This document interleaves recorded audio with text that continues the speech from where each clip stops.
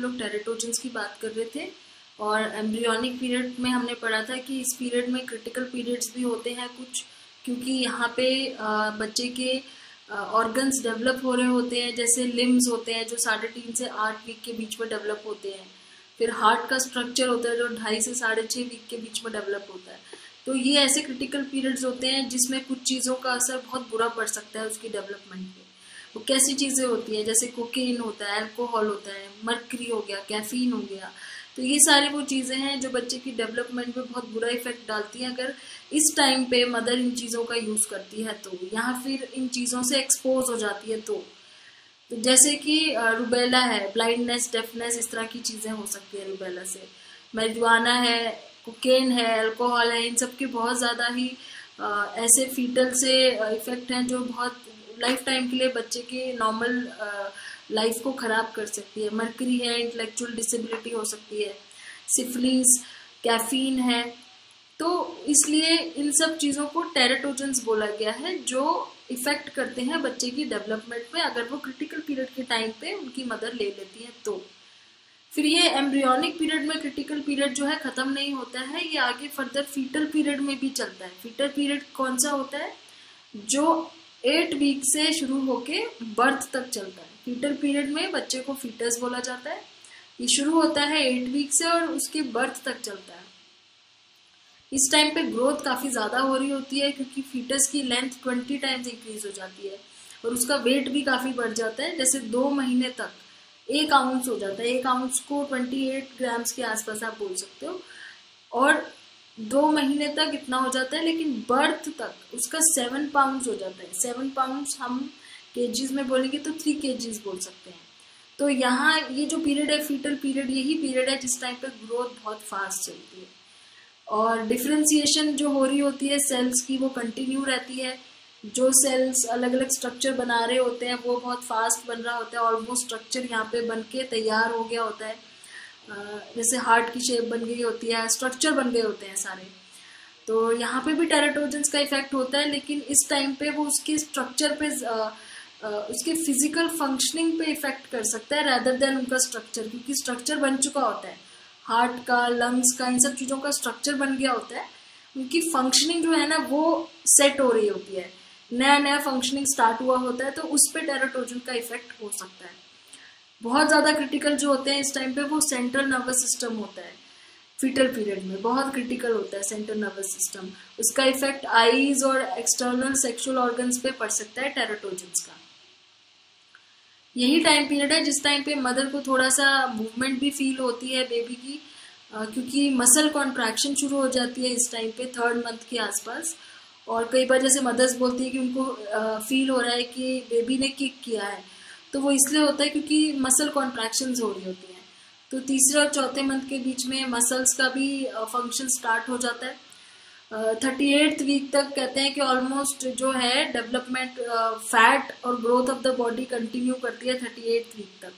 38th week आप लगा लो 8.5 month हो सकते हैं, 8 या 8.5 मंथ तक। अगर इस टाइम पे किसी बेबी का, फीटस का बर्थ हो जाता है तो उसको थोड़ा हम प्री टर्म बोलते हैं, क्योंकि पूरे 9 मंथ नहीं हुए होते, तो प्री टर्म या प्री मैच्योर कहते हैं। उसका वेट बहुत कम होता है उस टाइम पे, 5.5 पाउंड होता है, और 5.5 यानी कि नॉर्मल जो 3 kg है उससे कम होता है, 2.5 के आसपास, 2 या 2.5 के आसपास। तो ऐसे बच्चों को ना लाइफ सपोर्ट की जरूरत पड़ती है, ये बहुत ज़्यादा उस टाइम डेलिकेट स्टेज पे होते हैं। और जो मिस कैरेजेस होते हैं जैसे कभी कभार, या स्पॉन्टेनियस अबॉर्शन हो जाते हैं, उसका जो क्रिटिकल टाइम होता है वो पहले 3 मंथ होता है, फर्स्ट 3 मंथ्स, जब ऑर्गन्स बने नहीं होते, वो बन रहे होते हैं, फंक्शनल होने से पहले की बात है। तो 15 से 20% all pregnancies and in miscarriage इसमें लिखा हुआ है, क्योंकि उस टाइम पे कई बार ऐसे मिसकैरेज हो जाते हैं कि मदर को पता भी नहीं चलता कि वो प्रेग्नेंट थी। इसमें मदर की कोई गलती नहीं होती है, कोई जेनेटिक इफेक्ट हो सकता है या कोई भी ऐसी कंडीशंस हो सकती है कि जो फीटस बनने से पहले ही एम्ब्रियो जो है उसका मिसकैरेज हो जाता है। तो यही हमने जो 4 स्टेजेस अपने लास्ट वीडियो में और अभी तक कवर की है, वो इसका यहाँ पे इन्होंने बहुत अच्छा सा चार्ट बना के दिया हुआ है। तो जाइगोट से शुरू होता है, जब एग और स्पर्म जो है वो फर्टिलाइज होते हैं, सिंगल सेल जाइगोट जिसे हम बोलते हैं। दोनों से, मेल और फीमेल से हमें 23 पेयर्स ऑफ क्रोमोसोम्स मिलते हैं, 46 टोटल होते हैं। फिर उसके बाद माइटोसिस होता है, वो डिवाइड करते हैं, फर्दर डिवाइड करते हैं तो बेबी फॉर्म होता है। तो उसके बाद जर्मिनल पीरियड हमने पढ़ा जो 2 वीक से स्टार्ट होता है, और जर्मिनल पीरियड में सेल डिवीजन चलती रहती है। इसमें मेन चीज़ जो होती है वो प्लेसेंटा का काम और अम्बिलिकल कॉर्ड का काम होता है। प्लेसेंटा जो बेबी को नरिश करता है, और अम्बिलिकल कॉर्ड होती है जो ऑर्गेनिज्म को प्लेसेंटा से कनेक्ट करती है। फिर हमने एम्ब्रियोनिक पीरियड पढ़ा जिसमें हमने क्रिटिकल पीरियड की बात की थी। 2 वीक से 8 वीक तक एम्ब्रियोनिक पीरियड चलता है, जब यहाँ से जो जाइगोट होता है ये आके यूट्रस में अटैच हो जाता है, जब हम इसको एम्ब्रियो बोलते हैं। तो सेल स्पेशलाइजेशन यहाँ पे कंटिन्यू चलती है, और यहाँ पे टेराटोजेंस का इफेक्ट सबसे ज़्यादा डेंजरस माना जाता है। और लास्ट में फीटल पीरियड होता है जो बर्थ तक रहता है, और इसमें हम फीटस बोलते हैं बेबी को। यहाँ पे ग्रोथ एंड डेवलपमेंट बड़ी फास्ट होती है, फंक्शनल हो जाते हैं जो हमारे बॉडी के ऑर्गन्स होते हैं। 3rd या 4th मंथ तक ऑलमोस्ट मूवमेंट भी होने लगती है मसल्स की। तो full birth occurs around end of 38 week तक अगर बर्थ हो जाता है तो थोड़ा सा प्री टर्म बोला जाता है बेबी को। उस टाइम पे मिसकैरेजेस होने के चांसेस तब होते हैं जब फर्स्ट 3 मंथ्स होते हैं। तो यहाँ पे इन्होंने समराइज कर दिया है प्री नेटल की स्टेजेस को पूरा। इससे रिलेटेड एक क्विज है। सबसे पहले इसमें पूछा हुआ है कि हमने जो एबी और ब्रिटनी हैंसन की स्टोरी पढ़ी थी, उनकी स्टोरी में क्या चीज नहीं हो सकती है, क्या चीज फॉल्स है इसमें से। आपको स्टोरी अगर याद ना हो तो एक बार मैं आपको दिखा देती हूँ। जो हमने कॉन्जॉइंट ट्विंस के बारे में पढ़ा था, ये वाली स्टोरी, कि इनका अपर पार्ट तो अलग था लेकिन नीचे का पार्ट इनका ज्वाइंट था, क्योंकि सेल डिवीजन के टाइम पे ये दोनों जो है जाइगोट जो है वो डिवाइड नहीं हुए थे, तो एक जगह पे ये ज्वाइंट रह गए थे। तो they are able to coordinate their actions, ये एकदम ट्रू है, वो कोऑर्डिनेट कर पाते थे उनके अपने एक्शंस को। दे आर रिमार्केबली हेल्दी, वो हेल्दी भी थे।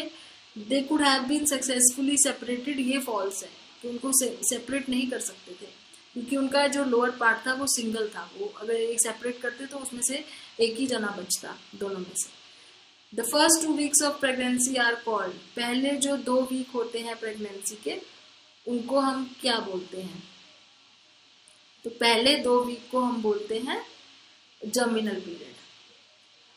उसके बाद आता है आपका एम्ब्रियोनिक पीरियड 8वें वीक तक, और 8 वीक के बाद शुरू हो जाता है आपका foetal period. Which of the following does not happen in germinal period, germinal period में क्या चीज नहीं होती है? Dividing mass of cells travels to uterus, ये होता है। Developing organs can affect toxins by passing through placenta, ये चीज इसमें नहीं होती है बिकॉज ये कौन से पीरियड में होता है? ये एम्ब्रियोनिक पीरियड में होता है, ये जर्मिनल पीरियड में नहीं होता है। ये टॉक्सिन्स का मतलब टेराटोजेंस की बात हो रही है। नेक्स्ट है the period of pregnancy that contains clearest example of critical period, तो कौन से पीरियड है जिसमें हमने क्रिटिकल पीरियड्स के बारे में बात की है? वो है एम्ब्रियोनिक पीरियड। इंटेलेक्चुअल डिसेबिलिटी किससे होती है? Intellectual disability and blindness are possible outcomes of, तो जो हमने ऊपर टेराटोजेंस का चार्ट देखा था उसमें हम देख सकते हैं इंटेलेक्चुअल डिसेबिलिटी और ब्लाइंडनेस मरकरी से होती है, और सिफिलीज है तो उससे डेफनेस होती है। तो यहाँ ब्लाइंडनेस पूछा हुआ है तो इसमें हम मरकरी को टिक करेंगे। उसके बाद हम आगे चलते हैं अब इन्फेंसी और चाइल्डहुड डेवलपमेंट पे। जैसे बेबी का बर्थ हो जाता है तो उसके बाद उसको हम इन्फेंट बोलते हैं, इन्फेंसी। तो इन्फेंसी में जो सबसे पहले जो हम पढ़ेंगे वो फिजिकल डेवलपमेंट के बारे में पढ़ेंगे। तो फिजिकल डेवलपमेंट क्या क्या होती है इसमें? रेस्पिरेटरी सिस्टम पूरा डेवलप हो गया होता है, लंग्स में एयर जाना और ऑक्सीजन ब्लड में ट्रांसफर होना, ये सारी चीजें हो रही होती हैं। सर्कुलेटरी सिस्टम चल रहा होता है, ब्लड का सर्कुलेटरी सिस्टम रेगुलर चल रहा होता है। बॉडी टेम्परेचर रेगुलेट हो जाता है इन्फेंट का बॉडी फैट की वजह से, जो बॉडी फैट होता है इन्फेंट में वो बॉडी टेम्परेचर रेगुलेट करता है। और digestive system probably takes longer, digestive system थोड़ा सा टाइम लगाता है क्योंकि एडजस्ट करने में टाइम लगाता है, क्योंकि इससे पहले उसकी सारी जो डाइजेशन है और जितना भी उसका फूड इनटेक था बेबी का वो प्लेसेंटा के थ्रू हो रहा होता है, तो इसमें थोड़ा सा टाइम लगता है, डाइजेस्टिव सिस्टम को सेट होने में टाइम लग जाता है। तो ये तो हो गया फिजिकल डेवलपमेंट। फिर बात करेंगे रिफ्लेक्सेस के बारे में। रिफ्लेक्सेस बेबी में कुछ ऑलरेडी प्रेजेंट होते हैं जो उसके सर्वाइवल के लिए ज़रूरी होते हैं, और रिफ्लेक्सेस क्या होते हैं जो हमारे अंदर इननेट मतलब बाय बर्थ कुछ ऐसे एक्शंस होते हैं जो इनवॉलेंट्री होते हैं, जो हमारे कंट्रोल में नहीं होते हैं, इनवॉलेंट्री होते हैं। तो ऐसे किस तरह के एक्शंस होते हैं यहाँ पे इन्होंने दिखाया हुआ है। जैसे अगर हम इस पिक्चर को देखें तो जब भी आप बेबी के हाथ में अपनी उंगली देते हो तो वो उंगली को ग्रास्प कर लेता है, पकड़ लेता है आपकी फिंगर को। तो इस रिफ्लेक्स को बोलते हैं ग्रास्पिंग रिफ्लेक्स। तो ये हो गया पहला रिफ्लेक्स जो उसमें पहले से प्रेजेंट होता है, जब भी कोई बेबी का बर्थ होता है तो ये ऑलरेडी उसमें ये रिफ्लेक्स होता है। दूसरा यहाँ पे जो आपको दिखाया हुआ है ये वाला जो रिफ्लेक्स है इसको स्टार्टल रिफ्लेक्स या मोरो रिफ्लेक्स बोलते हैं। जब भी एकदम से बच्चा जब हैरान हो जाता है, जैसे कोई बहुत जोर से आवाज आई या सडनली कोई मूवमेंट, उसको सडनली आपने मूव कर दिया तो एकदम डर जाता है और हाथ अपने हवा में दूर फैलाता है, तो इसको बोलते हैं स्टार्टल रिफ्लेक्स।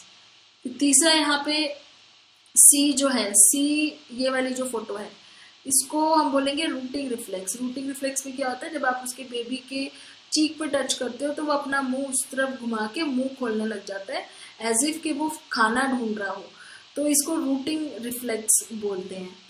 ऐसे ही ये नेक्स्ट वाला है जो पार्ट डी वाला, ये जो फोटो है यहाँ पे इसको स्टेपिंग रिफ्लेक्स बोलते हैं। स्टेपिंग रिफ्लेक्स में जब आप उसको अपराइट पोजीशन में उठाते हो तो उसके पैर जो है वो ऐसे हिलते हैं जैसे कि वो चल रहा हो, आगे स्टेप कर रहा हो। और पांचवा जो लास्ट रिफ्लेक्स है वो सकिंग रिफ्लेक्स है कि बेबी के मुंह में जब भी आप मुंह के आसपास कोई चीज रखते हो तो वो उसको सक करने के लिए मुंह खोलता है।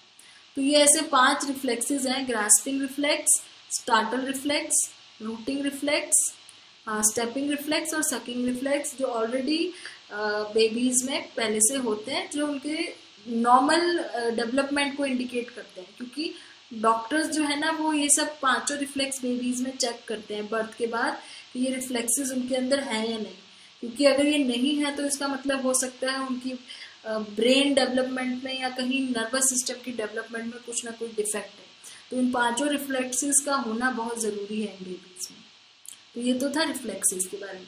अब चलते हैं आगे सेंसरी डेवलपमेंट। सेंसरी में हमारे जो 5 सेंसेस आते हैं उसमें से टच, स्मेल और टेस्ट, ये 3 चीजें फुली डेवलप्ड होती हैं जब बेबी का बर्थ होता है। उसमें उसकी टच की सेंस और उसकी स्मेल की सेंस और टेस्ट की सेंस फुली डेवलप्ड होती है।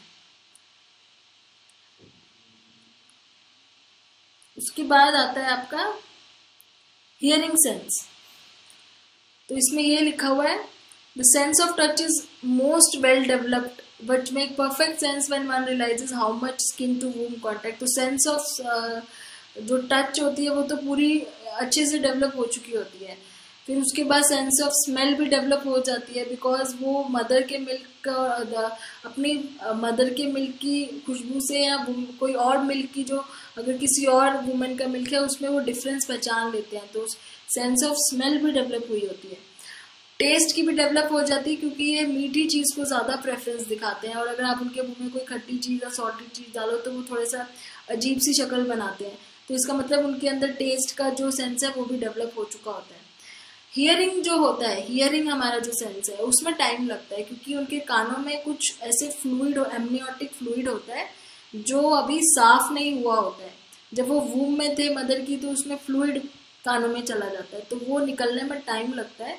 ऑडिटरी कैनल्स जब तक साफ नहीं होते तब तक उनकी हियरिंग वाली जो सेंस है वो इतनी ज्यादा डेवलप नहीं होती है, मतलब वो थोड़ा सा ब्लॉक्ड होती है जो धीरे धीरे क्लियर हो जाता है। फिर लास्ट में आते हैं विजन के ऊपर। तो विजन में क्या होता है, हमारे आईज में जैसे रॉड्स होते हैं, तो रॉड्स क्या होता है ब्लैक एंड व्हाइट देखने के लिए अंधेरे में, तो वो तो इनके ठीक होते हैं, डेवलप्ड होते हैं। लेकिन जो कोन्स होते हैं जो कलर देखने के लिए होते हैं उसको थोड़ा सा टाइम लगता है, 6 महीने लगते हैं उसको पूरे तरीके से डेवलप होने में। कोन्स का क्या काम होता है, हमें कलर देखने में हेल्प करती है और शार्पनेस, इमेज को शार्पली देखने में, मतलब अगर हमारे कोन्स डेवलप नहीं होंगे तो हमें ब्लर दिखाई देगा। तो बेबीज को भी वैसा ही दिखता है स्टार्टिंग में 6 महीने तक, तो इसमें थोड़ा सा उनको टाइम लगता है। स्टार्टिंग में उनका जो विजन होता है वो थोड़ा सा फजी टाइप का होता है, जैसे कि आपको तब लगता है जब आपको चश्मा लगा हो और आप चश्मा उतार दो, तो उस टाइप से थोड़ा 6 मंथ तक बेबी को ऐसे दिखता है कलर्ड विजन में, क्योंकि उनके कोन्स डेवलप नहीं होते हैं। और प्लस उनके जो लेंस होते हैं वो भी फोकस नहीं, ऑटो फोकस नहीं कर रहे होते हैं। जैसे हमारे लेंस होते हैं वो कभी छोटे होते हैं कभी बड़े होते हैं आईज में ऑटोमेटिकली, तभी हमें दूर की चीज पास की चीज क्लियर दिखती है, क्योंकि हमारा लेंस ऑटोमेटिकली फोकस करता रहता है। लेकिन बच्चों का लेंस जो है ना वो अपनी जगह पे फिक्स होता है, वो हिलता नहीं है, फोकस करने के लिए छोटा बड़ा नहीं होता, क्योंकि वो जो मसल्स होते हैं लेंस को पकड़ने वाले वो बहुत लूज होते हैं, डेलिकेट होते हैं। तो जब तक वो मसल्स पूरे डेवलप ना हो जाए 6 मंथ तक, तब तक उनका लेंस एक जगह पे फिक्स रहता है। तो उनकी जो साइट होती है, जो क्लियर विजन जिसको कहते हैं, वो सिर्फ 7 से 10 इंच तक ही होता है। तो 7 से 10 इंच तक उनको क्लियर दिख सकता है, वो उतना होता है जितना वो अपनी मदर का चेहरा देख सकते हैं बस।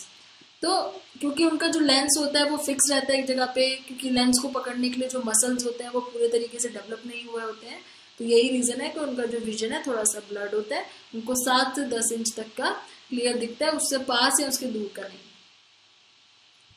और एक और इंटरेस्टिंग चीज यहाँ लिखी है कि उनको ज्यादातर देखा गया है कि क्या चीजें देखना उनको पसंद आती है, जो ज्यादा कॉम्प्लेक्स चीजें होती हैं। वो 3D पैटर्न देखना ज्यादा पसंद करते हैं 2D से। ये कैसे नोट किया रिसर्चर ने, वो देखते हैं बच्चों को, देखते कि ज्यादा देर तक किस चीज पे देख रहे हैं।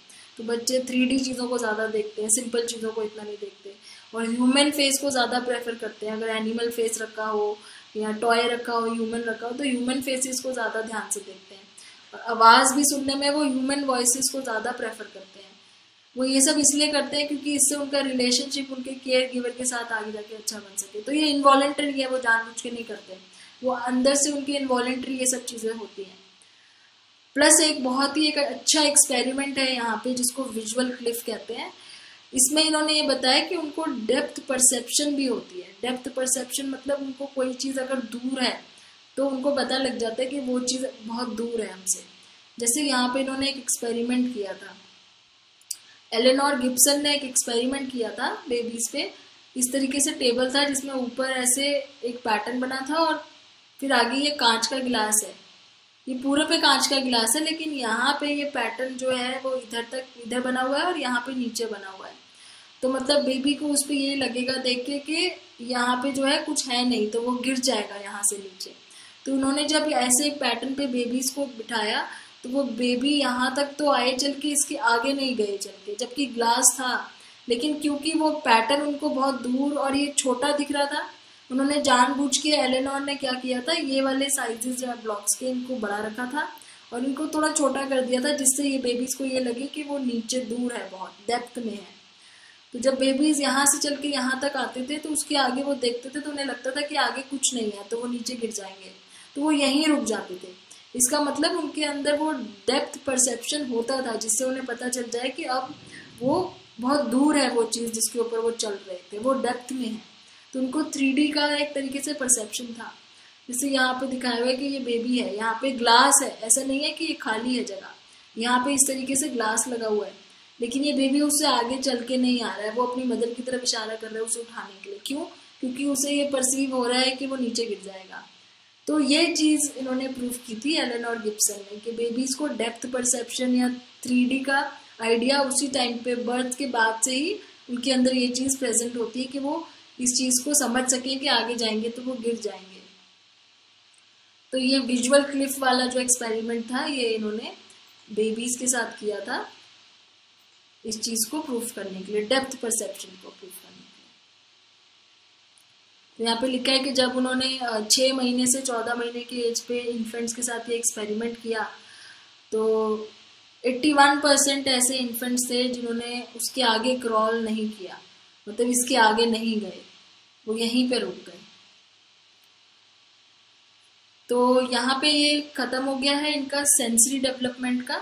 अब आगे मोटर डेवलपमेंट है जिसकी बात हम नेक्स्ट वीडियो में करेंगे। So thanks for watching.